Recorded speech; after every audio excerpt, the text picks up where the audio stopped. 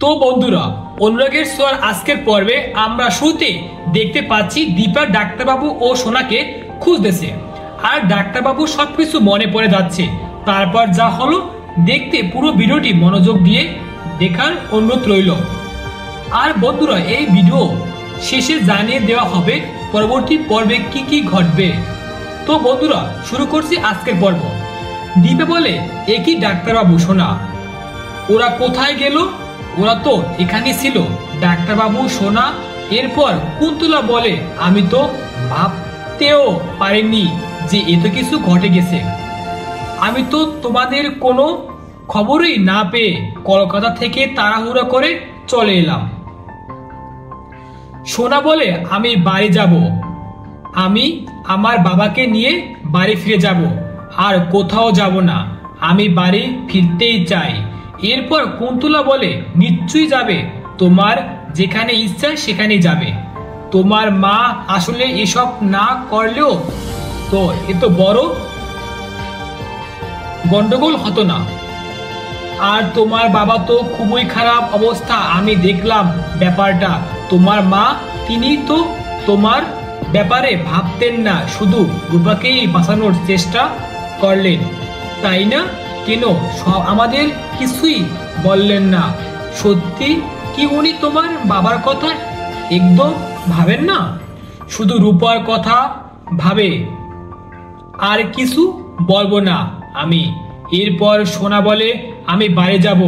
এরপর কুন্তলা বলে, না, আমি ভেবে দেখলাম, চলো বাড়ি ফিরেই যাই। আর মাকে জানাবে না, মা তো চিন্তাই করবে। এরপর দীপা বলে, অবিনেশ, তুমি বলতে পারো কোথায় যেতে পারে ওরা? কিছুই বুঝতে পারছি না। এরপর দীপার ছেলে বলে, মা তুমি এত চিন্তা করো না, ঠিক খুঁজে পাওয়া যাবে ওদের।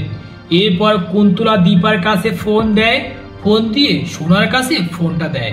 হ্যালো, আমি আমার বাবাকে নিয়ে বাড়ি যাচ্ছি, তুমি কি বাড়ি আর কোনোদিন আসবে না? আজ সব শেষ হয়ে যাচ্ছিল আমাদের মাঝে, শুধুমাত্র তোমার জন্য। আমার বাবা আমাকে বাঁচিয়েছে, আমি তোমার মুখ দেখতে চাই না। এই বলে সোনা ফোনটা কেটে দেয়। এদিকে দীপার মনে সন্দেহের জন্ম নিল। কুন্তলার ফোন থেকে সোনা ফোন করলো, এটা কি করে হয়? এদিকে জয় সেনগুপ্তের স্ত্রী তার ছোট্ট মেয়েটাকে বোর্ডিং এ পাঠিয়ে দিচ্ছে, মেয়েটা যেতে চাচ্ছে না। তারপর জয় সেনগুপ্তের স্ত্রী মেয়েটাকে বলে, তুই যদি না যাস তাহলে তোর বাবাকে জেল থেকে ছাড়িয়ে আনবো না। তারপর মেয়েটা বলে, না না, তুমি এটা করো না, আমি তোমার কথা মতো বোর্ডিং এ চলে যাচ্ছি। এরপর আমরা দেখতে পাচ্ছি সোনা তার বাবাকে নিয়ে বাড়িতে ফিরছে। তারপর সবাইকে ডেকে বলে, দাদু ভাই দেখো কাকে নিয়ে এসেছি, আমি আমার বাবাকে নিয়ে এসেছি। এরপর সূর্যের বাবা এসে বলে, সূর্য ঠিক আছো তো? ভালো আছো তো? তারপর বলে, থাক, দীপা ওর কথা রেখেছে। উত্তরে সোনা বলে ওঠে, না, ওর জন্যই তো আমাদের সবকিছু শেষ হয়ে যাচ্ছিল, আমি বিক্রি হয়ে যাচ্ছিলাম আমার বাবা মরে যেতে। এরপর সোনার দাদা বলে, এসব কি কথা বলছো তুমি দিদি ভাই? তারপর সূর্য বলে, বাবা তুমি ভালো আছো বাবা? তারপর সূর্য তার বাবার পায়ের প্রণাম করে আশীর্বাদ নেয়। এরপর সোনা বলে, বাবা তোমাকে তো কেউ চিনিয়ে দিল না, দাদু ভাইকে তুমি চিনলে কিভাবে? সূর্য বলে, আমার শরীরটা খারাপ, তাই বলে কি মাথাও ঠিক নেই? আমি কি তোমার বাবাকে ভুলে যাব? আর তোমার বোন কোথায়? মা কোথায় তোমার? দীপাকে তো দেখি না, ডাকো ওদেরকে। এই বলে সূর্য রূপা দীপা বলে ডাকতে শুরু করে। তাদেরকে বাড়ির ভিতর খুঁজতে শুরু করে। তখনই সবাই বুঝতে পারে সূর্য সুস্থ হয়ে যাচ্ছে, সূর্যের সবকিছু মনে পড়ে যাচ্ছে।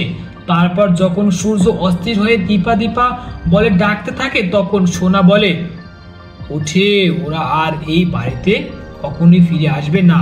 সূর্য অস্থির হয়ে সবাইকে জিজ্ঞেস করতে শুরু করে, তাহলে কি ওরা কি বাড়িতে থাকে না? ওরা কোথায় থাকে?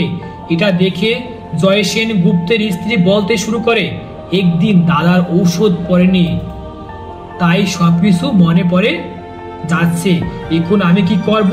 ঠিক সেই সময় কুন্তলা মনে মনে ভাবতে থাকে, না না, সূর্যের সবটা মনে পড়তে পারে না, তাহলে তো সব শেষ হয়ে যাবে।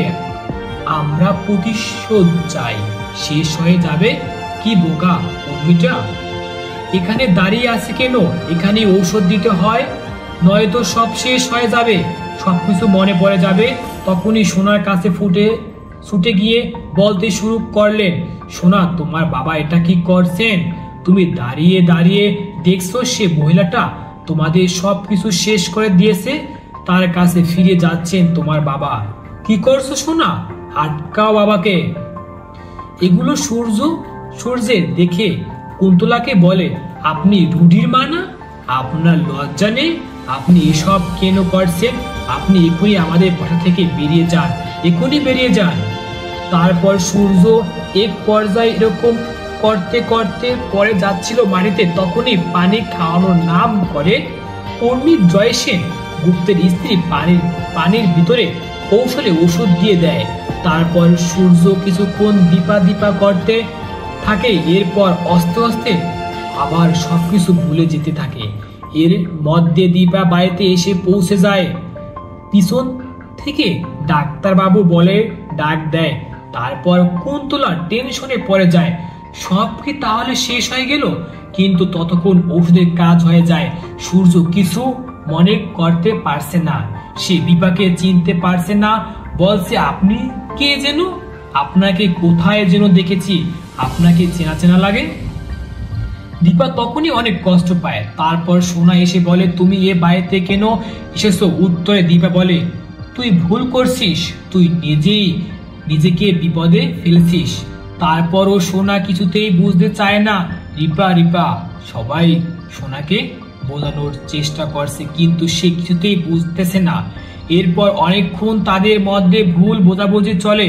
তারপর একটা পর্যায়ে গিয়ে সূর্য এবং সূর্যের বাবা সবাই মিলে দীপাকে এই বাড়ি ছেড়ে চলে যেতে বলে, কিন্তু দীপা কিছুতেই বাড়ি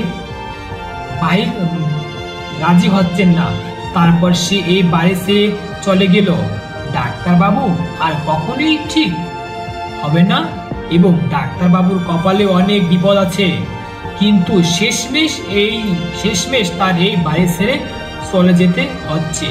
যাওয়ার আগে একটা কথা সে বলে যাচ্ছে, আমি চলে যাচ্ছি, কিন্তু কুন্তলাকে এই বাড়ি থেকে তাড়ানো, নয়তো ডাক্তারবাবু বিপদ আছে।